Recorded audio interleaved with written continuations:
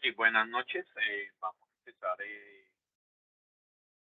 la clase de estructuras. Básicamente, pues tengo para mostrarle cómo se hallan pues varias estructuras. Tengo aquí un proyecto que se llama Conceptos Básicos. Y bueno, vamos a empezar con la estructura case. Entonces, en la estructura case, pues es un ejemplo simplemente de un dado. Veamos primero cómo funciona. Pues el K que unimos, pues empieza a generar números aleatorios.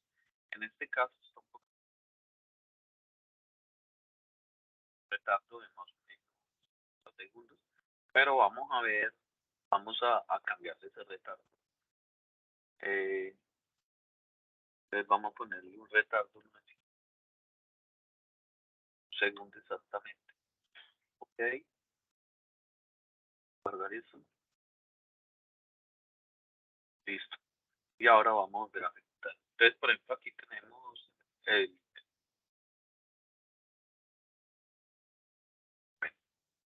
aquí tenemos, por ejemplo, la figura 6, el 4, el 2, ahí cayó un 4, el 3, 6,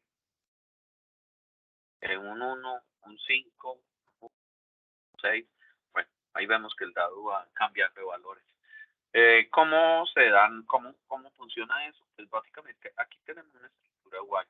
Esa estructura se va a ejecutar cada segundo. ¿Por qué cada segundo? Porque este retardo acá de milisegundos, que es un segundo, o cuando se ejecute el botón stop. ¿Y qué va a hacer? Pues va a generar un número aleatorio entre 0 y 7. Bueno, y esos números van a generar un case. O sea, en este caso, si generan 6, sale este valor. O sea, prenden los 3 dígitos de arriba. O sea, si vemos este cuadro.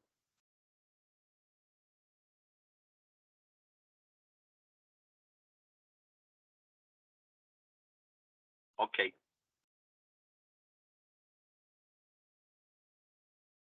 entonces si es el 6, prenden los 3 dígitos de arriba y los 3 de abajo. Si sale el 5, prenderían los 4 de los extremos y el de la mitad. Si es el 4, entonces prenden nada más los 4 de los extremos. Del 1, del 3, del 7. Si es el 3, prendería el del 4, el 5 y el 6. Si es el 2, prendería el del 4 y el 6. Y si es el 1, prende nada más el 6. Y esa es básicamente la estructura que genera. Entonces vemos que ahí empieza a cada segundo hasta que yo le doy stop. Cuando le doy stop, para. Y bueno, esa es la estructura case dentro de una estructura while. Entonces con este ejemplo pues quedan explicadas esas dos estructuras. La estructura while simplemente me va a hacer una cosa iterativa hasta que el switch de stop sea true. Y la estructura que hay, pues le podemos meter varios casos. En esta opción son 6 casos. Les voy a compartir el programa para que lo puedan, para que lo miren y lo entiendan un poco mejor.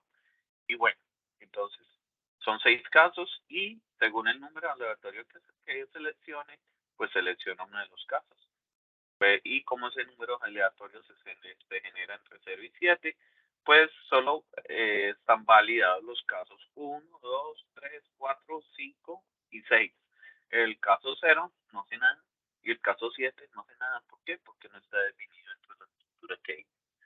Bueno, siendo eso, ahora vamos a pasar a una estructura sequence. Ok, entonces aquí tenemos sequence, vamos a ver el diagrama. Básicamente, en este diagrama generamos dos números. Vamos a generar el 5 y el número 2, donde estemos. Aquí estamos generando retratos de a 5 segundos. Entonces, en este primer indicador, que es este de acá, el tanque, vamos a ver el número 7.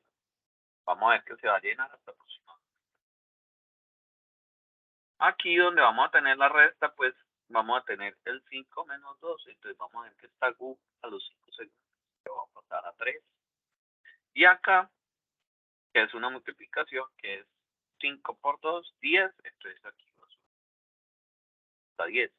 Vamos a ejecutarlo. Entonces aquí ya generó el 7. A los 5 segundos genera el 3. Y a los otros 5 genera 10. Ok, perfecto. Ahí fue. Eso es una estructura secuencia. Ya no hay más secuencias.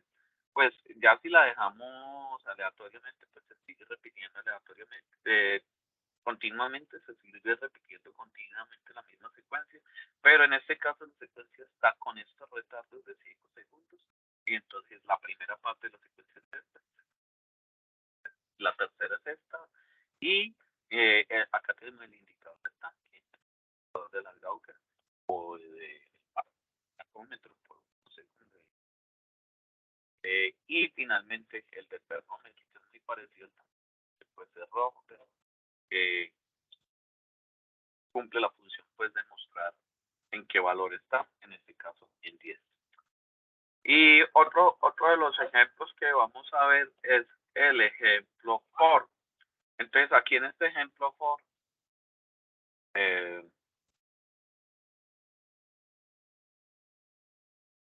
voy a cerrar este de ahí, que es el de secuencia, y le voy a pedir a este que me muestre. Ok, entonces, ¿qué va a hacer este ejemplo? Bueno, básicamente aquí le damos 4, o sea que este for va a iterar 4 veces. Este for va a iterar 4 veces y y cada iteración se va a demorar más o menos 5 segundos. Ok, y entonces acá le metemos una semilla. ¿Qué es una semilla? Pues un arreglo de 4 valores y todos esos valores son 0. Acá vamos a generar un número aleatorio que se van a entrar acá. Pues aquí dice new element, ok. Y acá index. Entonces, cada 5 segundos él va a generar un número aleatorio nuevo, pero cuando entra acá, él genera 4 subíndices, o sea, primero el 1, el 2, el 3, el 4. Y este número va a quedar guardado en el subíndice generado. O sea, en el 1 genera un valor aleatorio y lo guarda en el subíndice 1. Cuando este pase a 2, genera otro valor aleatorio y lo guarda en el subíndice 2, y así hasta 4. Ya ahí espera 5 segundos y volvería a generar otro vector aleatorio. Veamos cómo funciona. Entonces vemos que aquí está generando los vectores aleatorios. Se demora 5 segundos y genera. Ok, este es un for, en este caso, ¿por qué 4? Porque queremos generar 4 valores del vector que es de 4 valores, y esos 4 valores son todos aleatorios, vemos que siempre son diferentes. Ok, y con esto pues quedaría explicada básicamente lo que es la estructura for. ¿Qué es la estructura for? Simplemente una estructura que se repite n veces, donde aquí en esta parte le colocamos cuántas veces se repite. Esto no es más que la generación de un número aleatorio, que este dado genera un valor entre 0 y 1 y lo multiplica por 10. Entonces aquí genera valores entre 1 y 10. ¿Ok? Y los guarda acá. Por eso no vemos valores mayores de 10. Y acá pues entra la semilla y acá sale ya el vector modificado.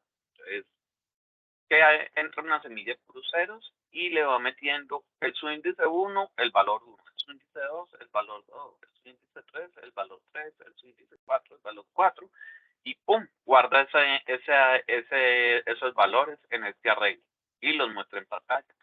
Espera 5 segundos y vuelve y repite el ciclo. Eso es lo que está pasando ahí. Y bueno, bien. Ahora, ¿cuál es la estructura que sigue? La estructura que sigue es la estructura Formulenol. Bueno, ok, esta estructura.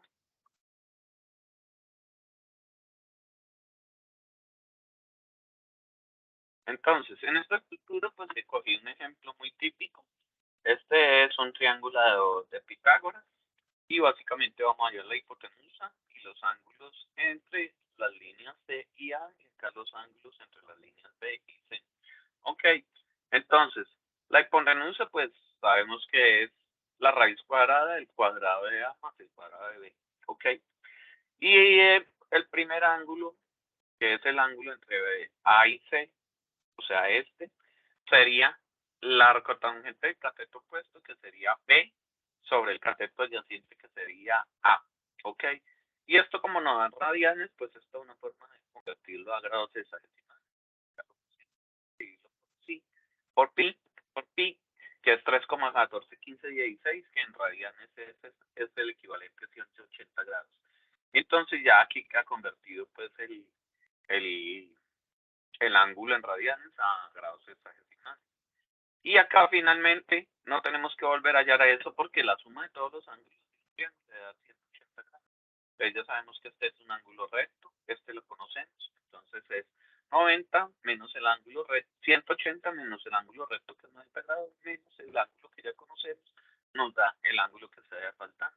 Entonces vamos a darle, por ejemplo, valores a, vamos a ponerle valor de 5, y a B el valor de 10, y vamos a hallar,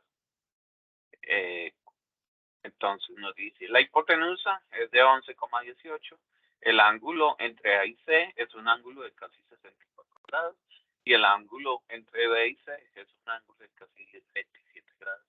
Y bueno, ya con eso quedaría explicado la fórmula, ¿no?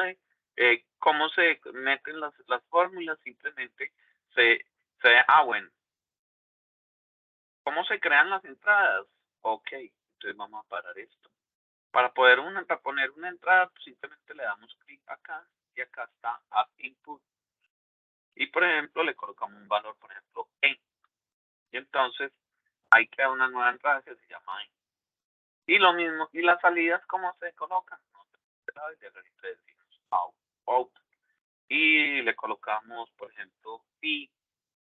Y entonces ahí ya queda una nueva salida Pi.